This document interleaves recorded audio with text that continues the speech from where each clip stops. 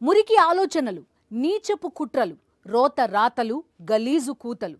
Yellow media గురించి ఇలా ఎన్నైనా చెప్పుకోవచ్చు. ఈనాడు కిరణ్, ఆంధ్రజ్యోతి రాధాకృష్ణ, టీవీ5 బిఆర్ నాయుడు, మహా టీవీ వంశీ అందరూ పసుపు తానులో ముక్కలే. అణువణువు పచ్చ పైత్యం నింపుకుని పాత్రికేయ ముసుగులో నిత్యం వీళ్లు కక్కే విషయం అంతా ఇంతా కాదు. పచ్చమూక ప్రయోజనాలు కాపాడడం అనే లేఖి కార్యానికి పవిత్రతని అంటగట్టడానికి జర్నలిజం అనే ముసుగు వేసేసుకోవడం. జనం చీకొట్టినా పట్టించుకోరు. ఇదెక్కడి దౌర్భాగ్యమని ఈసడించుకున్నా, అసహ్యించుకున్నా దులిపేసుకుంటారు. చంద్రబాబు చేసే కుట్రలన్నీ రేపటి తరానికి మార్గదర్శకాలని అచ్చూసిన అక్షరాలతో జనం మీదికి వదిలేయాలి. జగన్ మీద అసత్య కథనాలతో, అబద్ధపు వార్తలతో దాడి చేయాలి. దగుల్బాజీ ఆరోపణలు చేస్తూ విషం కక్కాలి. ప్రజల మెదళ్లను విషతుల్యం చేయాలి.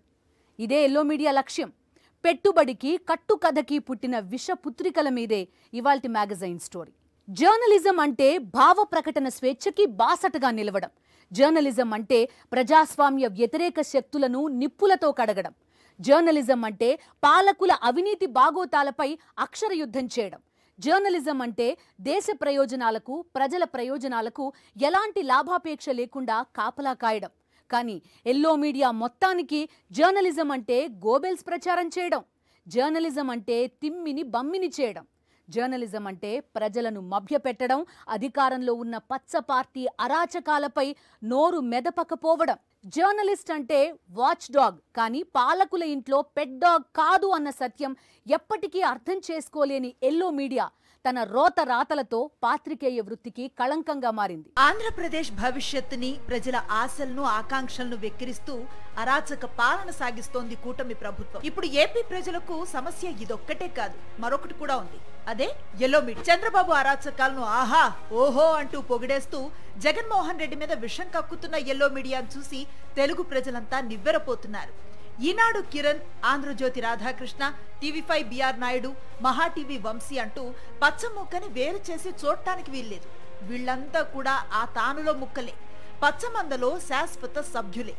ఏపీలో సాగుతున్న ఆటవిక పాలనపై అక్షర యుద్ధం చేసే నిజాయితీ లేని ఎల్లో మీడియా జగన్ మీద మాత్రం నిత్యం అసత్యపు ఆరోపణలతో, అబద్ధపు కథనాలతో, దగుల్బాజీ వార్తలు, రోత థంబ్నెయిల్స్ తో పెట్టరేగిపోతుంది. ఒక వ్యక్తి కావచ్చు, ఒక సంస్థ కావచ్చు, ఒక వ్యవస్థ కావచ్చు, తమ నిర్ణయాలను, ఆలోచనలను, చర్యలను 10 మంది తప్పు పడుతున్నప్పుడు కనీసం సమీక్ష చేసుకుంటారు, దిద్దుకునే ప్రయత్నం చేస్తారు. కానీ 5.5 కోట్ల మంది ప్రజలు ఎల్లో మీడియా నీచపు రాతలను ఏవగించుకుంటున్నా, అసహ్యించుకుంటున్నా, నిర్లజ్జగా, నిస్సిగ్గుగా చంద్రబాబు ప్రభుత్వ అరాచకాలను కప్పిపుచ్చటానికి విఫల ప్రయత్నాలు చేస్తూనే ఉన్నారు. జగన్ మీద విషం కక్కుతూనే ఉన్నారు. కానీ ఎల్లో మీడియా మాత్రం పచ్చముఖ పక్షాన మాత్రమే వకాల్తా పుచ్చుకుంటుంది, పచ్చముఠా పక్షాన మాత్రమే నిలబడుతుంది. చంద్రబాబు అండ్ కోని భుజాలకెత్తుకొని మోయటమే తమ బాధ్యతని నిస్సిగ్గుగా ప్రతినిత్యం చాటుతూనే ఉంటుంది. గోబల్స్ కూడా సిగ్గుపడేలా జగన్ మీద విషపు రాతలు రాస్తూ, రోత కథనాలు ప్రసారం చేస్తూ, గలీజు విశ్లేషణలు చేస్తూ పైశాచిక ఆనందాన్ని పొందుతోంది. ఇదిగో ఇలా చూడండి. బంగారుపాళ్యంలో మామిడి రైతులను పరామర్శించడానికి జగన్మోహన్ రెడ్డి వెళితే మార్కెట్ యార్డ్ లో కనీసం రోప్ పార్టీని కూడా ఏర్పాటు చేయలేదు. జగన్ భద్రతని గాలి కొదిలేసింది చంద్రబాబు ప్రభుత్వం. తాజా మాజీ ముఖ్యమంత్రి, ఒక పార్టీ అధ్యక్షుడు, ప్రతిపక్ష నేతని చంద్రబాబు ప్రభుత్వం ట్రీట్ చేస్తున్న విధానం ఇది.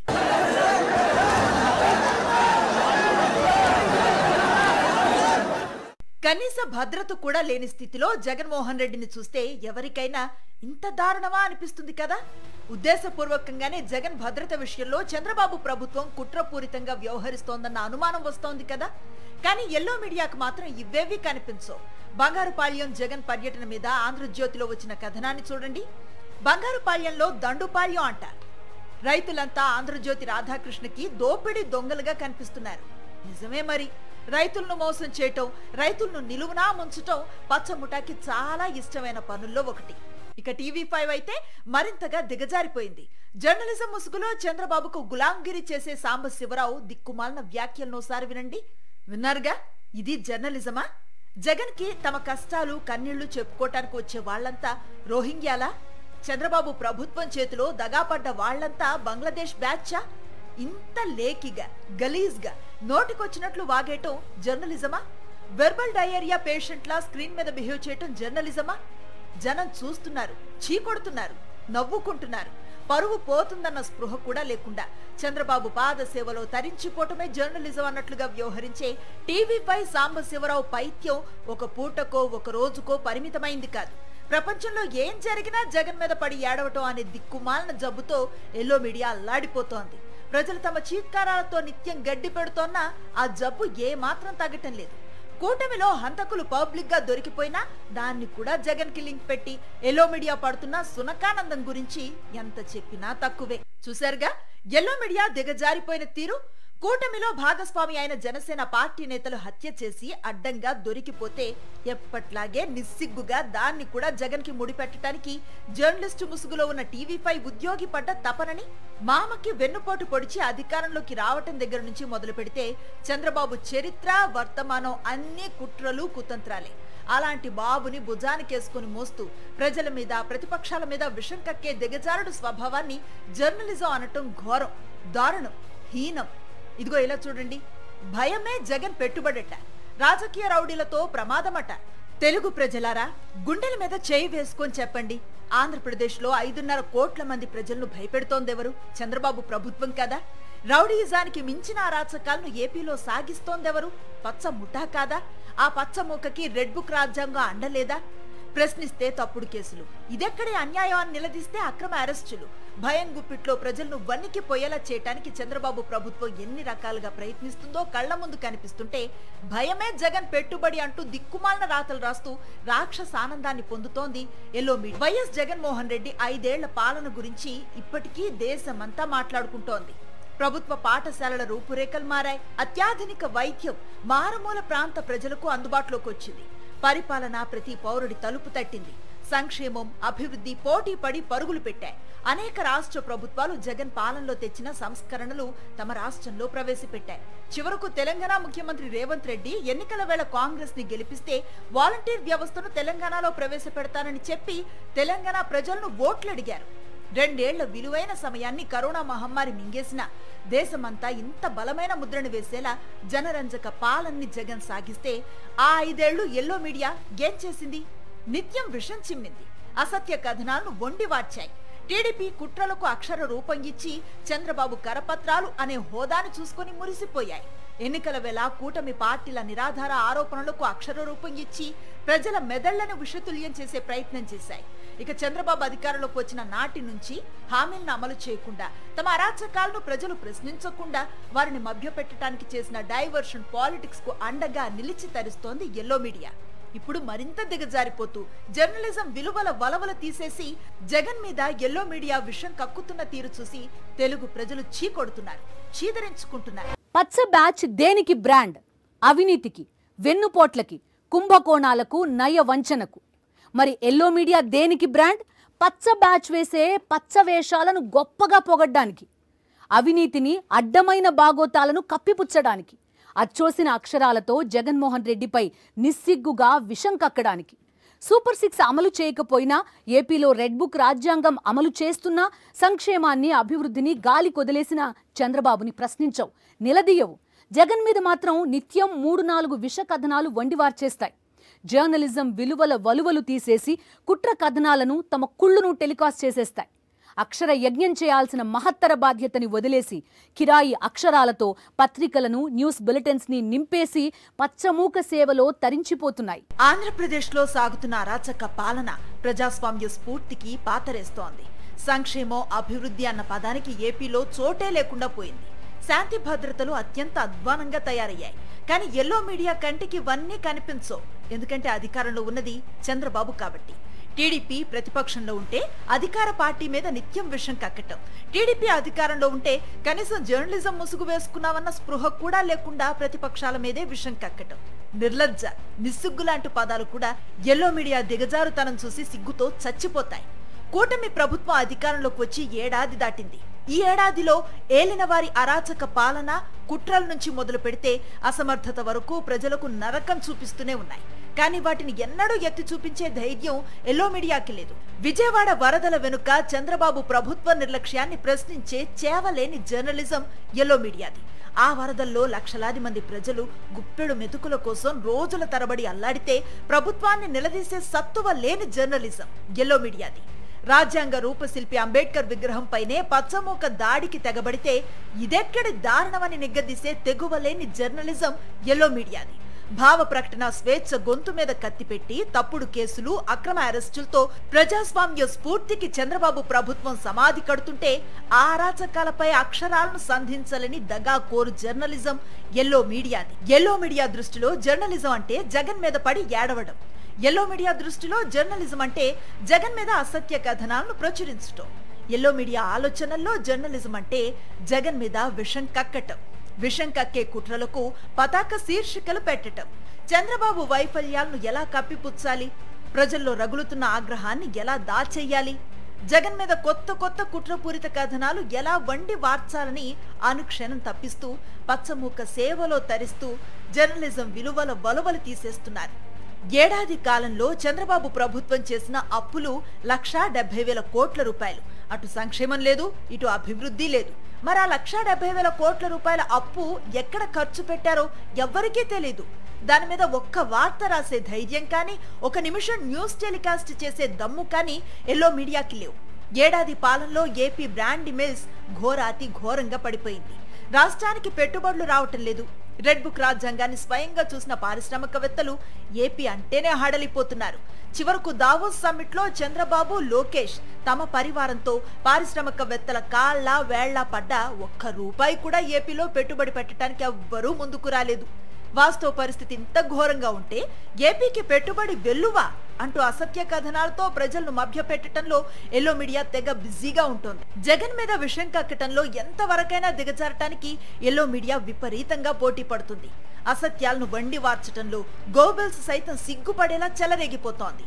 మామిడి రైతులకు ధైర్యం చెప్పటానికి, గిట్టుబాటు ధర కోసం ప్రభుత్వం మీద ఒత్తిడి తేవటానికి జగన్మోహన్ రెడ్డి నిర్వహించిన బంగారుపాళ్యం పర్యటన మీద ఎల్లో మీడియా ప్రదర్శించిన గలీజు బుద్ధిని ఒకసారి చూడండి. ఈ థంబ్నెయిల్స్ చూస్తే ఎల్లో మీడియా పాత్రికేయ వృత్తిలో ఉందో ఇక మరేదైనా వృత్తిలో ఉందో ఇట్టే అర్థమైపోతుంది. పోలీసులను నరికేయమని జగన్ చెప్పాడంటూ ఒకటి థంబ్నెయిల్, కత్తులతో జగన్ బ్యాచ్ అంటూ మరొకటి థంబ్నెయిల్, డిఎస్పీని నరకండ్రా అంటూ ఇంకొకటి పచ్చపైత్యం. మహా టీవీ, ఏబిఎన్, టీవీ5 అది ఇది అని కాదు, తమ చిల్లర బుద్ధిని, రోత స్వభావాన్ని అక్షర రూపంలో చాటడానికి ఎల్లో మీడియా ఎంతగా తప్పిస్తుందో చెప్పడానికి ఇదో చిన్న ఉదాహరణ మాత్రమే. జర్నలిజం ముసుగులో దశాబ్దాలుగా చంద్రబాబు కరపత్రాలుగా పనిచేస్తూనే ఉన్నాయి ఈనాడు, ఆంధ్రజ్యోతి. ఈ 2 పత్రికలను అడ్డం పెట్టుకుని ప్రజల మెదళ్లని విషతుల్యం చేయడానికి చంద్రబాబు అండ్ కో విశ్వ ప్రయత్నం చేస్తూనే ఉన్నారు. ఆ తర్వాతి కాలంలో వీటికి ఏబిఎన్, టీవీ5, మహా టీవీ తోడయ్యాయి. ప్రింట్ నుంచి శాటిలైట్, డిజిటల్ దాకా మాది ప్రజాపక్షం కాదు, పచ్చపక్షం మాత్రమే అని నిస్సిగ్గుగా చాటుతున్నాయి. మహిళలను అడ్డం పెట్టుకుని కుట్రలు చేయడం, మహిళలను హీనంగా చిత్రీకరిస్తూ పైశాచిక ఆనందం పొందడం, రాజకీయ సినీ రంగంలోని మహిళల మీద లేనిపోని తప్పుడు ప్రచారాలు చేస్తూ రాజకీయ ప్రత్యర్థులను టార్గెట్ చేయడం, డబుల్ మీనింగ్ థంబ్నెయిల్స్, డర్టీ థంబ్నెయిల్స్తో సోషల్ మీడియాలో గలీజు వార్తలు ప్రచారం చేయడం, సి క్లాస్ యూట్యూబ్ ఛానల్స్కి తామేం తీసిపోమని నిస్సిగ్గుగా చాటుకోవడం. ఎల్లో మీడియా అరాచకాల్లో ఇది కూడా ఒకటి. పచ్చముఠా ప్రయోజనాల కోసం ఎంతటి నీచానికైనా దిగజారతామని, ఎంతటి హీనమైన రాతలైనా రాసి పారేస్తామని చాటి చెప్పడానికి ఎల్లో మీడియా అనుక్షణం తహతహలాడిపోతూనే ఉంది.